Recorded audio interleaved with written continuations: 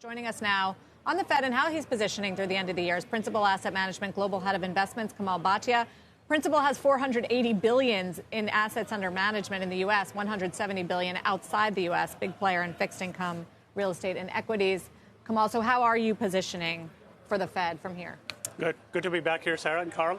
I think there's probably two data points for us as we'll process the 3Q earnings and the Fed actions. I think, as you said, I think it's probably pause is the right term. I think the events this morning were probably more of a non-event from our seat. I think there is a lot of Fed commentary coming our way, and everybody's processing it. But from what we look at is there's probably a pause on the Fed. If you look at the 3Q earnings, there's probably a couple of interesting data points that jumped out at us.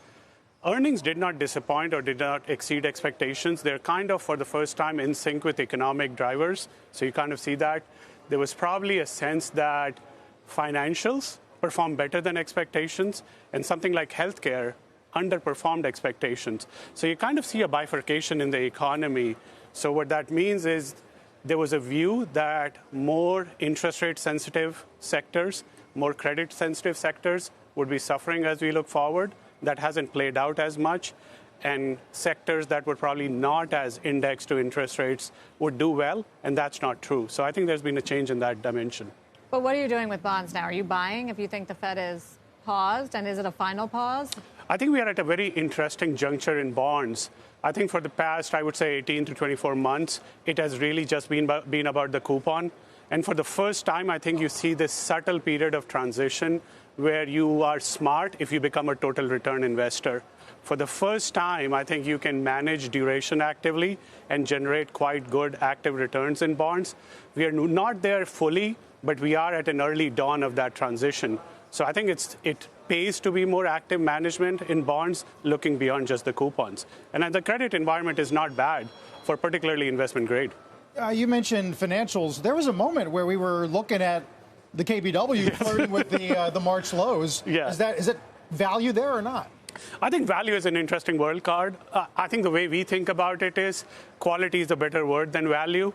I think if you look at the other transition that's happening in the marketplace, and the big mega cap names have reflected this, is momentum was a big part of market growth across the world.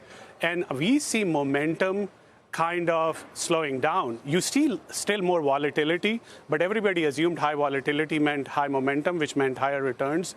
And I think there is probably a subsidization of momentum and quality coming back into works. And I think things like financials and energy clearly play into that quality theme. But you could look at other sectors where that return of quality is probably what I would highlight.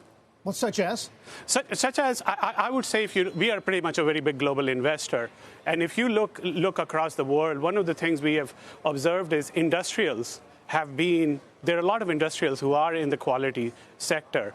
And we are big fans of those names. I think the other thing we are probably a bigger fan of is historically people have assumed a small cap premium over large cap premium. We are for the first time seeing a permanent large cap premium across the world.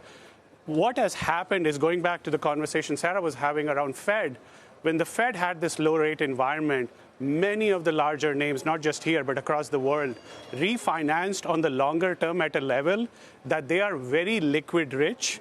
They have enormous free cash flow. And the change in rate policy has almost insulated them from outcomes. And the small caps are really bearing the brunt of it. So in this cycle, I do think this idea that historically small caps rallying, I don't think so that's going to play out. So we are in a very different world where the large cap premium becomes more permanent than before.